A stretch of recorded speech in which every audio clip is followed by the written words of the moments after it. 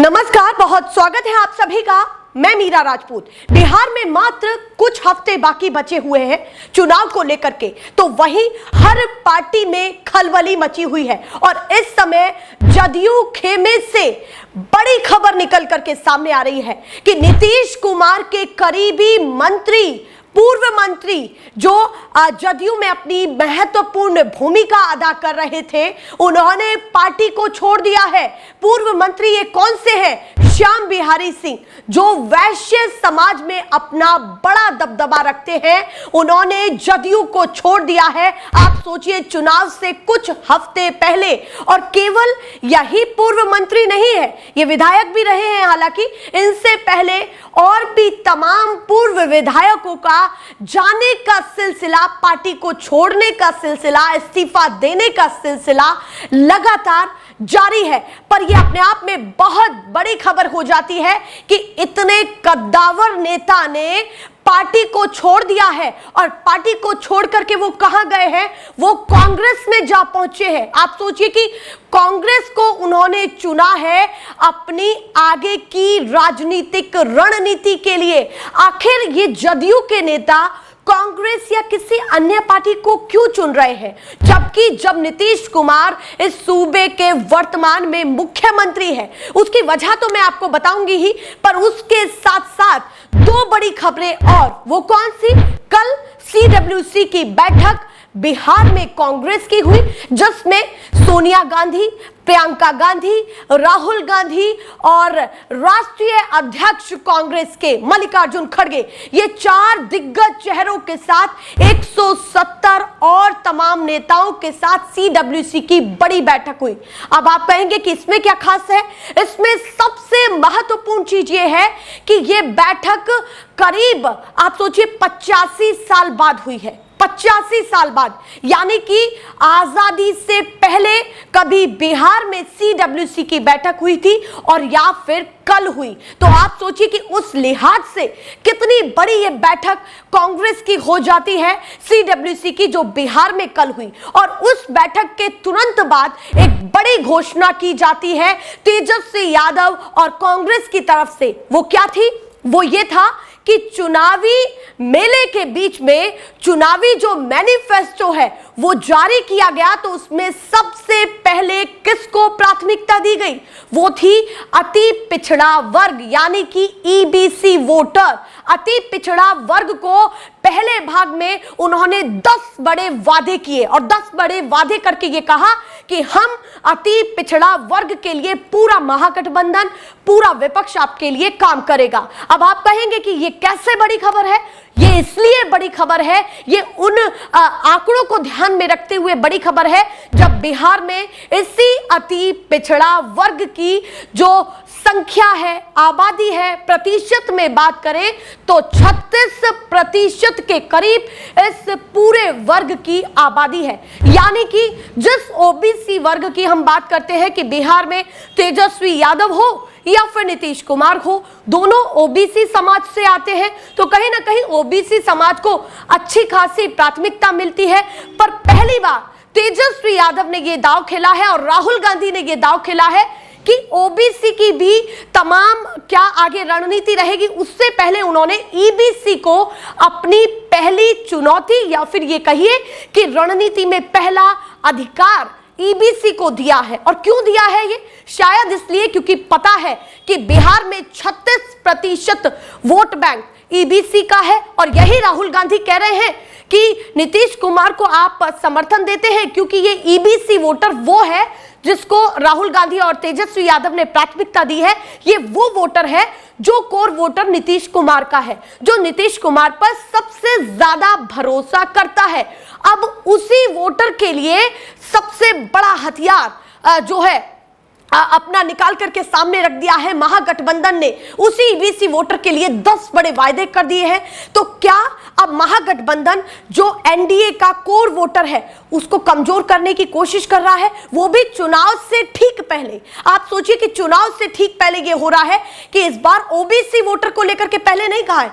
शायद EBC voter को वो भुनाना चाहते हैं, या तो उन्हें पता है कि OBC वोट बैंक उनको मिलेगा, पर EBC को किस तरीके तरीके से अपने पाले में किया जाए उसकी एक रणनीति विपक्ष ने सामने रख दी है। और ये पूरे एनडीए गठबंधन के लिए बड़ी चुनौती है, क्योंकि इसमें केवल जदयू का वोट नहीं कटेगा, इसमें कोई नीतीश कुमार का ही वोट नहीं कटेगा। ये वो ईबीसी वोटर हैं जो बीजेपी पर भी भरोसा करते हैं, और इनमें से अगर थोड़ा सा भी डगमगाया तो आप सोचिए कि सत्ता की कुर्सी भी डगमगाएगी।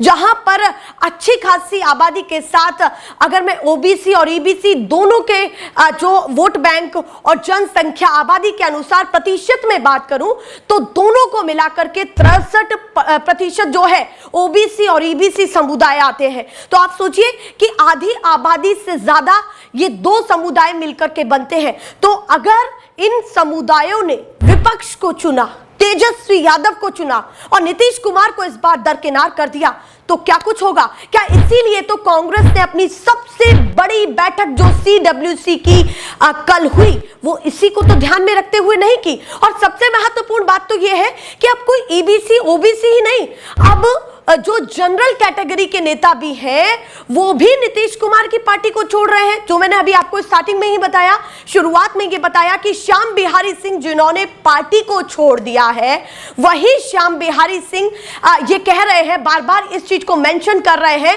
कि हमको उपेक्षा थी, कहीं ना कहीं हमारे अंदर जो है उदासीनता है पार्टी को लेकर के। और केवल यही श्याम बिहारी सिंह नहीं, जो इससे पहले और तमाम जो नेता हैं उन्होंने भी ये कहा है। मीना द्विवेदी, अगर मैं नाम बताऊं आपको तो ये भी पूर्व विधायक रह चुकी हैं, 2 बार विधायक रह चुकी हैं गोविंदगंज से, उन्होंने जो है पार्टी को छोड़ा था इससे पहले। तो आप सोचिए कि लगातार ये सिलसिला चलता जा रहा है। वही ये बड़ी खबर निकल करके सामने आती है कि विपक्ष ने एक के बाद एक बड़े दांव खेल दिए हैं। तो क्या बीजेपी पूरी तरीके से कमजोर पड़ रही है चुनाव के कुछ हफ्ते पहले, और पूरी बाजी जो है इंडिया गठबंधन ने बिहार में मार ली है? ये मैं आंकड़ों के अनुसार कह रही हूं, जिन आंकड़ों को ध्यान में रखते हुए मैनिफेस्टो विपक्ष के द्वारा बनाया गया है। और आप सोचिए कि जब भाजपा अभी मैनिफेस्टो जारी नहीं कर पाई है तब पूरे विपक्ष ने मैनिफेस्टो की शुरुआत कर दी है, लोगों के बीच में कह रहे हैं। तेजस्वी यादव ने तो यह तक भी कह दिया कि जिस तरीके से ईबीसी का वोट अभी तक लेती आई है जदयू, पर उनके लिए काम नहीं किया। राहुल गांधी ये कह रहे हैं कि आपको केवल एक वोट का जरिया बनाया जाता है और फिर एक कचरे की तरह फेंक दिया जाता है, ये राहुल गांधी कहते हैं।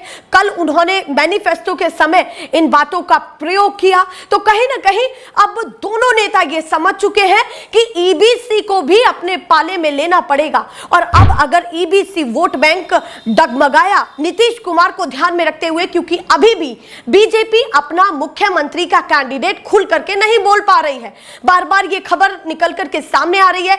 कभी ये कहा जाता है कि कोई और हो सकता है, नीतीश कुमार की कुर्सी डगमगा सकती है, या फिर कभी यह सामने आता है कि कुछ नेता कह देते हैं नहीं नहीं हम नीतीश कुमार के नेतृत्व में ही चुनाव लड़ेंगे। पर नेतृत्व में चुनाव लड़ना इतना आसान कैसे जब नेता लगातार पार्टी छोड़ रहे हैं? बीजेपी इसको भी हथियार बना सकती है कि जब आपकी पार्टी से तमाम बड़े नेता छोड़ करके कांग्रेस में जा रहे हैं, जनसुराज में जा रहे हैं, आरजेडी में जा रहे हैं, तो कैसे आप पार्टी को संभालेंगे और कैसे सूबे के दोबारा मुख्यमंत्री बनने के सपने देख रहे हैं? तो यह भी सवाल हो सकता है। पर यहां पर सबसे महत्वपूर्ण यह है कि सबसे बड़ा झटका नीतीश कुमार को लग चुका है श्याम बिहारी सिंह के द्वारा। ये मैं यहां पर कहूं क्योंकि उनका वैश्य समाज में बड़ा दबदबा है। अभी तो मैं ये 2 समाजों की बात कर रही हूं, 2 आंकड़ों की बात कर रही हूं, पर इसमें वैश्य समाज क्या भूमिका बिहार में रखता है, वो भी करीब 2% से ज्यादा अपना दबदबा बिहार में रखता है। और अगर वैश्य समाज के सबसे बड़े नेता ने नीतीश कुमार की पार्टी को छोड़ दिया है तो अब क्या होने वाला है और कैसी आगे की रणनीति रहने वाली है, और नीतीश कुमार अब इसके बाद क्या करेंगे? और सबसे जो चिंतन का विषय है वो तो ये है कि जब नरकटिया में नीतीश कुमार अपने कार्यकर्ताओं को संबोधित कर रहे थे, उनके साथ संवाद कर रहे थे, तब ये चक्रव्यूह श्याम बिहारी सिंह ने रचा। उन्होंने पार्टी को छोड़ दिया और उन्होंने कांग्रेस को ज्वाइन कर लिया। और कांग्रेस के किस नेता ने उनको ये पार्टी ज्वाइन कराई है?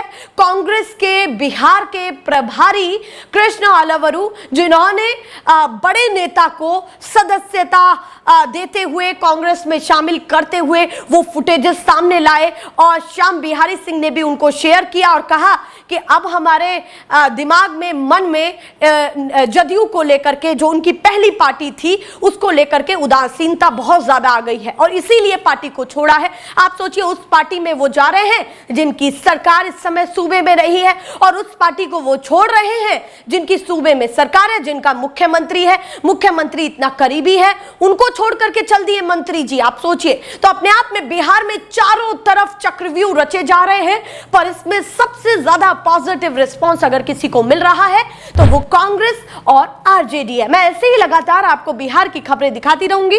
फिलहाल के लिए नमस्कार।